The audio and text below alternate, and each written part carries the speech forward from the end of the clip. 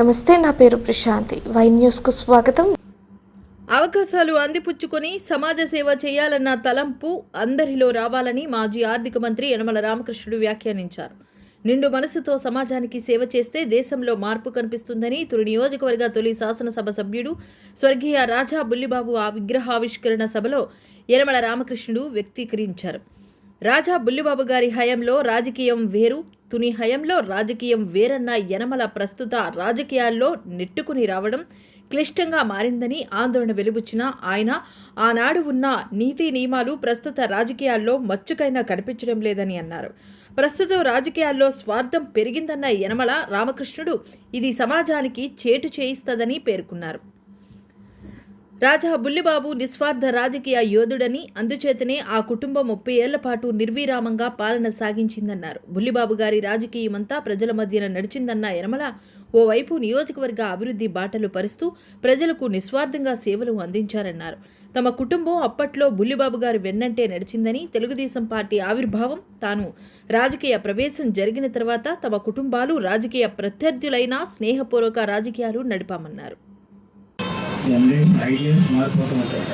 నేను రాజకీయాల్లో వచ్చేటప్పటికి ఒక విధమైనటువంటి రాజకీయం ఉండేది. చంద్రబాబు గారు ఉండేటప్పుడు రాజకీయం ఒక విధంగా ఉంటుంది. ఇప్పుడు రాజకీయాలు ఇంకో విధంగా ఉన్నాయి.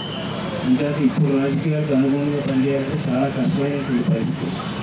ఈరోజు నీతి నియమాలు పాటించడం కంటే ఏ విధంగా సంపాదించుకోవాలి, ఏ విధంగా స్వార్థంతో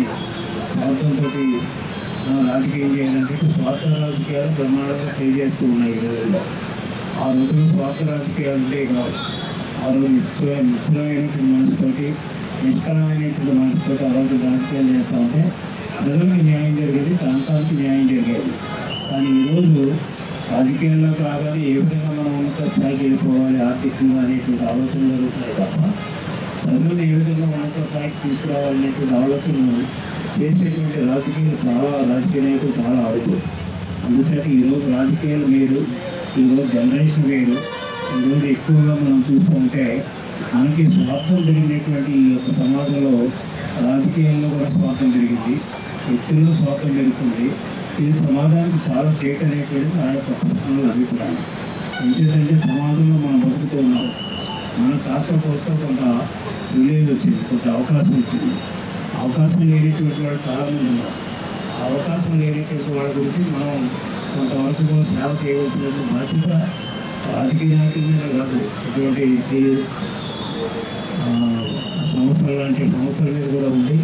ఈరోజు బాబా రామదేవ్ అక్కడి నుంచి అక్కడ శృంగేరి నుంచి ఇక్కడికి వచ్చారు.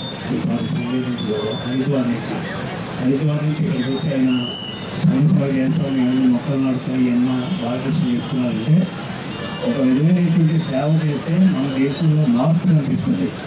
ఎందుకంటే ప్రతి ఒక్కరు మనం కూర్చుని గవర్నమెంట్ చేయలేదు లేదా రాజకీయ పార్టీ చేయలేదు అంటే రాజకీయ పార్టీ కానీ గవర్నమెంట్ కానీ కొంతవరకు చేయగలరు. ఇంకా వాళ్ళకున్న లిమిట్స్ ఉంటాయి.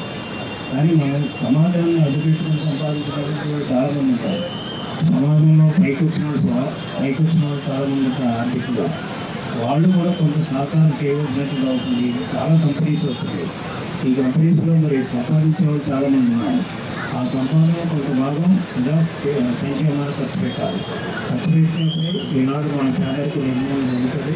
సమాజం అంబేద్కర్ గారు ఆశించినటువంటి సమాజం, ఆ రోజు బుల్లిబాబు గారు లాంటి వాళ్ళు ప్రజలందరూ కూడా ఆశించినటువంటి సమాజం ఏర్పడాలంటే రోడ్డు వాడిని ఆదుకునేటువంటి సహాయం చేసేటువంటి ఒక మనస్తత్వం కూడా ఈనాడు రాజకీయాల్లో కొత్తగా రావాల్సినటువంటి అవసరం ఉంది.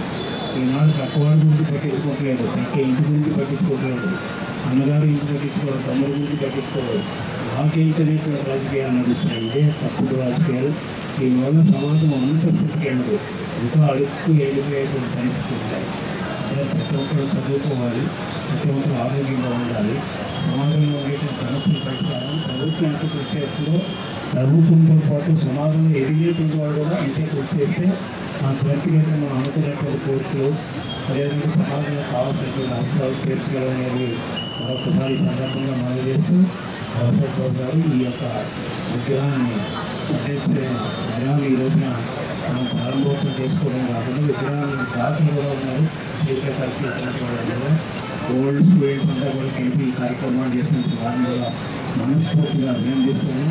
వాళ్ళ కుటుంబ సభ్యులు కూడా మనస్ఫూర్తిగా అభినందిస్తూ మన మధ్య విగ్రహం ఉంది, కానీ ఆయన చేసినటువంటి సేవలు కూడా మన మధ్య ఉన్నాయి. ఆయన సేవలు కూడా ఆదర్శంగా తీసుకుని మనం ముందుకు వెళ్ళాలి.